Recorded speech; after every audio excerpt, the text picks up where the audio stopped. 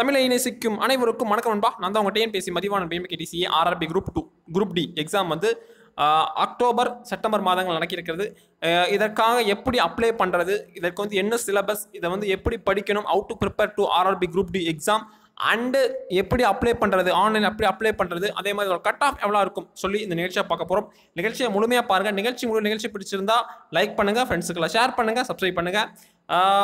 வாங்க நிகழ்ச்சிக்கு போகலாம். ஓகே, ஆர்ஆர்பி குரூப் டி இதோட ஃபுல் டீட்டெயில்ஸ், அதே மாதிரி என்டிபிசி எக்ஸாம்ஸ் உங்களுக்கு ஃபுல் டீட்டெயில்ஸ் வேணும்னா நம்ம சேனல் சப்ஸ்கிரைப் பண்ணுங்கள், பக்கத்தில் பெல் பட்டனை கிளிக் பண்ணுங்கள். டேட் ஆஃப் நோட்டிஃபிகேஷன் பார்த்தீங்கன்னா 23/2/2019, அது பிப்ரவரி மாதம் நோட்டிஃபிகேஷன் கொடுத்தாங்க. ஆன்லைன் ரெஜிஸ்ட்ரேஷன் பார்த்தீங்கன்னா 12/3/2019 12/4/2019 வரைக்கும் ஆன்லைன் ரெஜிஸ்ட்ரேஷன் இருக்குது. அதை மாதிரி புரிஞ்சுங்க. இன்னொன்று வேகன்சி 1,03,000 வேகன்சி இந்தியா முழுக்க. ஓகேம்பா, 1,03,000 வேகன்சி மறக்காமல் எல்லாரும் அப்ளை பண்ணிருங்க, ரொம்ப ரொம்ப முக்கியம். அதே மாதிரி இதில் கேஷ் கட்டணும். அந்த அமௌண்ட் பார்த்துங்க, SBI challan and post office வந்து நீங்கள் வந்து 18ஆம் தேதிக்குள்ளே கட்டணும். அப்ளை பண்ண லாஸ்ட் டேட் 12 ஏப்ரல் 2019. அதே மாதிரி நெட் பேங்கிங் சலான் வந்து 23/4/2019. அதையும் பார்த்துங்க. எக்ஸாம் வரக்கூடிய செப்டம்பர் அக்டோபர் மாதம், செப்டம்பர் கடைசியிலாவது இல்லை அக்டோபராவது நடக்கலாம், பல கட்டங்களாக கூட நடக்கலாம், அதையும் பார்த்துங்க. சரிப்பா, நான் சொன்னது வந்திருக்கு. Vacancy 1,03,769 vacancy. நம்ம வந்து இப்போ நம்ம சென்னையில் இருக்கோம். ஓகே, நம்ம வந்து சவுத் ரயில்வே மொத்தம் எவ்வளோ வேகன்சினா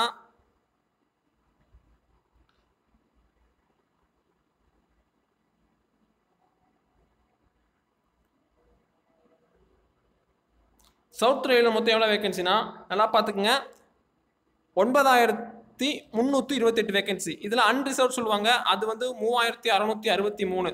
அதே மாதிரி எஸ்சி 1,432, எஸ்டி 722, ஓபிசி 577. அடுத்து இடபிள்யூஎஸ் சொல்லுவாங்க, அந்த கேட்டகிரிக்கு வந்து 934 கொடுத்துருக்காங்க. அதே மாதிரி பிடபிள்யூடி, ஓகே, பிடபிள்யூ மீன்ஸ் அவங்க விஷுவல் ஹேண்டிகேப்ட் எல்லாம் வருவாங்க, அதில் 125 வேகன்சி இருக்குது.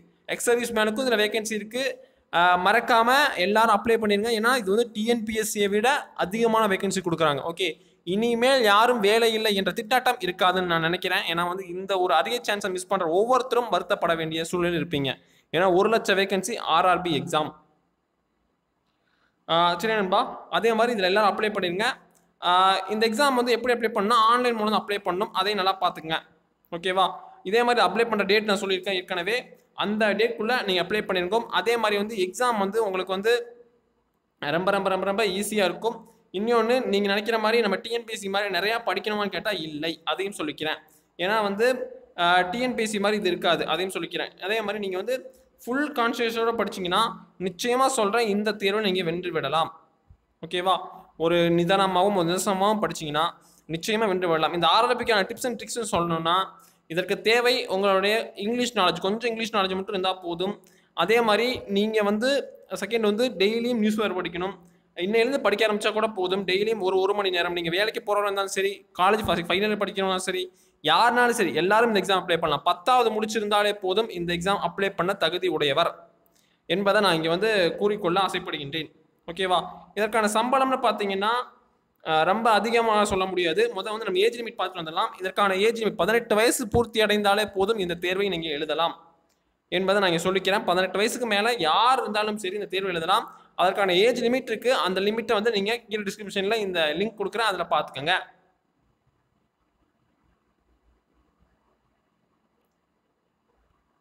ஓகே நண்பா, அதே மாதிரி இந்த இதை பார்த்துங்க, ஃபீஸ் எவ்வளோன்னு பார்த்துங்க.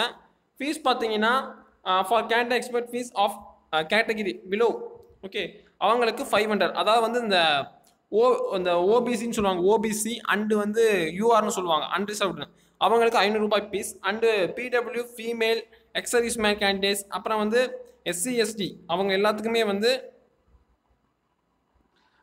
250 ரூபாய் ஃபீஸ். ஓகே நண்பா, ரொம்ப ரொம்ப ரொம்ப ரொம்ப குறைந்த ஃபீஸ் தான். ஏன்னா வந்து இதை வந்து முடிஞ்ச வரைக்கும் கெட்டிடுங்க.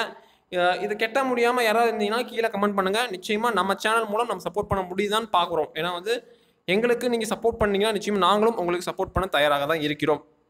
அதையும் இந்த நேரத்தை நான் சொல்லிக்கொள்ள ஆசைப்படுகின்றேன். ஓகே நண்பா, அதே மாதிரி நம்ம ஃபீஸ் பார்த்துட்டோம், டிப்ஸ் பார்த்துருக்கோமே. இந்த எக்ஸாம் பொறுத்த வரைக்கும் நீங்கள் கவலைப்படாமல் ஒரு ஒரு ஒரு ஒரு மனநிலையோடு ஒரு ஆராய்ந்து படிச்சிங்கன்னா நிச்சயமாக சொல்கிறேன், நீங்கள் வெற்றி அடைந்து விடலாம். ஓகேவா? ஒரு க்ளீனாக படிச்சிங்கன்னா இந்த வருஷம் நீங்கள் வேலைக்கு போயிடலாம். சரியா? இப்போ நம்ம அடுத்ததாக பார்க்க போகிறது இதோட ஹவு டு ப்ரிப்பேர். இதை வந்து எப்படி படிக்கணும், எப்படி அதிக மார்க் எடுக்கணும். இதை டெஸ்ட்டுன்னு பார்த்தீங்கன்னா உங்களுக்கு வந்து ரொம்ப ஈஸியான ஒரு எக்ஸாமாக தான் இருக்க போகுது. ஓகே, ரெக்ரூட்மெண்ட் போஸ்டர்ஸ் பார்க்க போகிறோம். ஓகே, இதுதான் நம்ம முக்கியம். கம்ப்யூட்டர் பேஸ்ட் டெஸ்ட் தான். ஓகே, டெஸ்ட்டு நிமிஷம் பார்த்தீங்கன்னா வெறும் 1.5 மணி நேரம் தான் தேர்வு. 90 நிமிஷம் தான் தேர்வு. ஓகேவா? இதில் ஜென்ரல் சயின்ஸ்லேருந்து 25 கேள்விகள், மேத்தமெட்டிக்ஸ்லேருந்து 25 கேள்விகள், ஜென்ரல் ரீசனிங் சொல்லுவாங்க அதுலேருந்து ஒரு 30 கேள்விகள், general awareness and current affairs இருக்குது அதுலேருந்து ஒரு 20 கேள்விகள், மொத்தம் 100 கேள்விகள். 1.5 மணி நேரம் தான். இந்த 1.5 மணி நேரத்துக்குள்ளே நீங்கள் 1 மணி நேரத்துக்குள்ளே இந்த கொஸ்டினை முடிச்சிடுவீங்க. ஏன்னா அவ்வளோ மிக மிக மிக மிக எளிமையாக தான் இருக்கும். இது ஒன்றும் கஷ்டமாலாம் வரப்போகிறது இல்லை. குறிப்பிட்டு சொல்லப்போனால் குரூப் டி எக்ஸாம் சில நேரங்களில் நம்மளோட தாய்மொழியிலேயே வருது. அதையும் நான் வந்து குறிப்பிடுகின்றேன். ஆனால் வந்து அதை நிச்சயமாக நான் வந்து வரக்கூடிய வீடியோக்கள் நான் சொல்கிறேன். அதனால் சப்ஸ்கிரைப் பண்ணி பக்கத்தில் இருக்க பெல் பட்டனை கிளிக் பண்ணி வச்சுக்கோங்க. ஓகேவா? இந்த 100 மார்க் எப்படி எடுக்கணும், ஹவு டு ப்ரிப்பேர்னு கேட்டதில்ல, ஒன்றுமே இல்லை நண்பா. இன்னையிலேருந்து நியூஸ் பேப்பர் படிக்கங்க. நியூஸ் பேப்பர் இன்னைக்கு எலெக்ஷன் வரப்போகுது. அண்டு வந்து இதுக்கு முன்னாடி வந்து நம்ம பாரத் பத்மபூஷன் இதெல்லாம் கொஞ்சம் படிச்சுங்க. டெய்லி நியூஸ் பேப்பர் படிக்கணும். நீங்கள் வேலைக்கு போனாலும் சரி, எங்கேனாலும் சரி, படிக்கணும் சரி. காலேஜ் படிச்சிட்டிங்களா, தயவுசெய்து அப்ளை பண்ணுங்கள். ஏன்னா காலேஜ் படிக்கிறதுக்கு போதே வேலைக்கு போயிடுவீங்க. அதையும் நான் கேரண்டியாக சொல்கிறேன். ஓகே, கரெக்டாக பார்த்தீங்கன்னா இப்போ இருந்து படிக்க ஆரம்பிச்சிங்கன்னா கரெக்டாக இந்த எண்டில் நிச்சயமாக நீங்கள் பாஸ் பண்ணிடலாம்.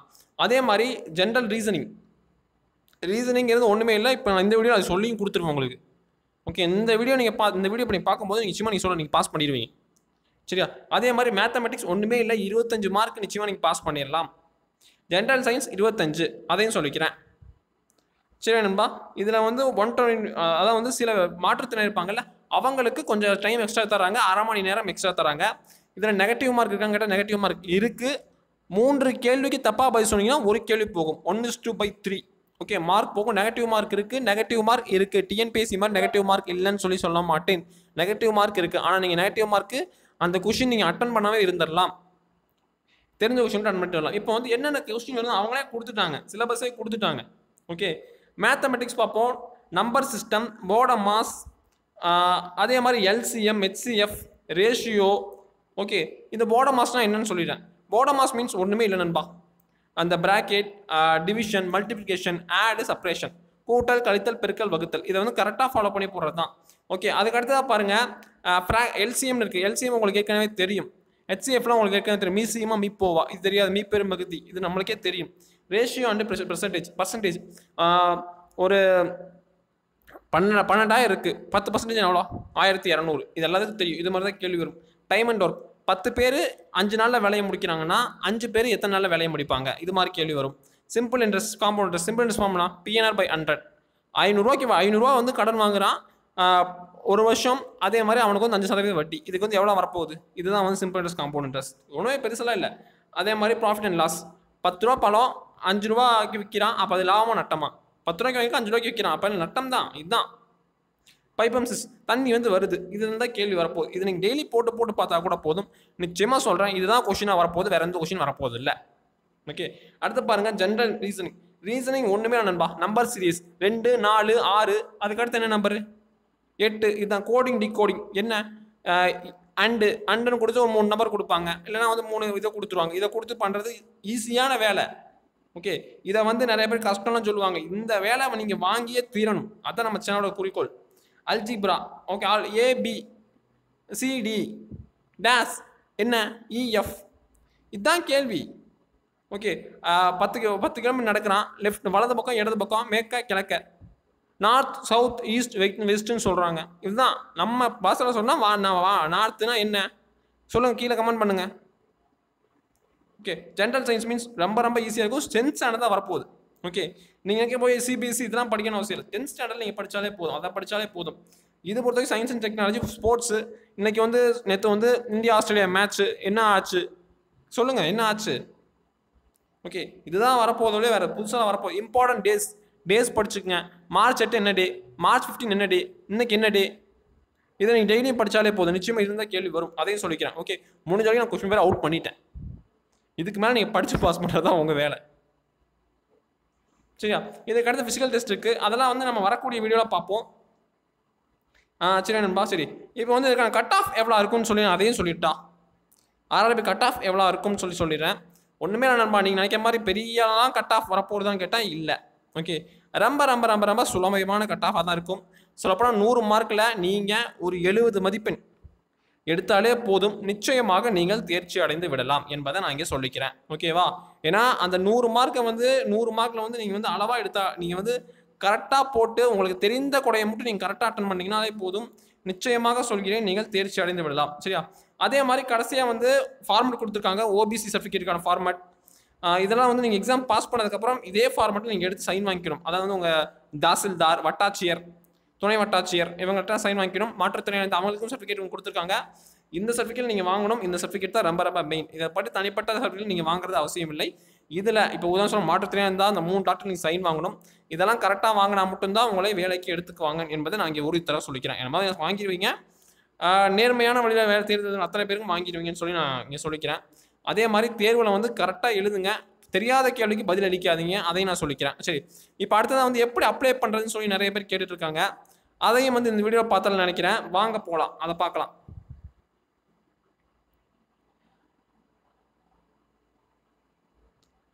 ஃபஸ்ட்டு வந்து நான் டிஸ்கிரிப்ஷனில் வந்து ஒரு லிங்க் கொடுக்குறேன். அந்த லிங்க் வழியாக போனீங்கன்னா உங்களுக்கு இது மாதிரி வரும். ஓகேவா? இதுதான் வந்து அவங்களோட அஃபிஷியல் பேஜ். இந்த அந்த 1,00,000 வேகன்சி இருக்குல்ல, இது வந்து நீங்கள் எப்படி அப்ளை பண்ணணும், இதுதான் ஃபஸ்ட்டு அப்ளை பண்ணணும். ஃபஸ்ட்டு கம்யூனிட்டி கேட்குறாங்க, யூஆர்னு கொடுங்க. நீங்கள் வந்து எக்ஸ் சர்வீஸ் மேன்னா எஸ் கொடுக்கணும். எக்ஸ் சர்வீஸ் மேன் நான் எஸ் கொடுத்தேன், தப்பு தான். அதே மாதிரி நோ, நீங்கள் பிடபிள்யூ நோ கொடுத்துட்டு அப்ளை கொடுங்க. அப்ளை கொடுத்தோடனே நீங்கள் என்னன்னு கேட்கும், நீங்கள் வந்து கரெக்டாக கொடுக்கணும். இப்போ வந்து நம்ம வந்து சென்னை, அதனால் வந்து சவுத்தர்ன் ரயில்வே சென்னைன்னு கொடுக்குறோம். ஓகே, அலோடுன்னு கேட்குது, பார்த்துக்குங்க. கன்ஃபார்ம் கொடுத்துருங்க. கன்ஃபார்ம் கொடுத்தோன்னே இது மாதிரி பேஜ் போகும். இந்த பேஜுக்கு போயிட்டு கீழே போயிட்டு இதை டிக் பண்ணுங்கள். டிக் பண்ணி சப்மிட் கொடுத்துருங்க. சப்மிட் கொடுத்தோன்னா அடுத்த பேஜ் போகுது. அடுத்த பேஜ் போனதில் நீங்கள் உங்களோட டீட்டெயில்ஸாக ஃபில் பண்ணணும். உங்கள் நேம், அதே மாதிரி உங்களோட ரீஎன்டர் நம்பர், உங்களோட அந்த நேம் ரீஎன்டர் பண்ண டேட் ஆஃப் பர்த், அதுக்கப்புறம் வந்து உங்களோட ஆதார் நம்பர், இதெல்லாமே வந்து மேண்டரி, ரொம்ப முக்கியம். இது வந்து ஒன் டைம் ரெஜிஸ்ட்ரேஷன் மாதிரி. இதை முடித்த உடனே உங்கள் மெயில் ஐடிக்கு ஒரு மெயில் வரும். அதை வந்து நீங்கள் வந்து பார்க்கணும்.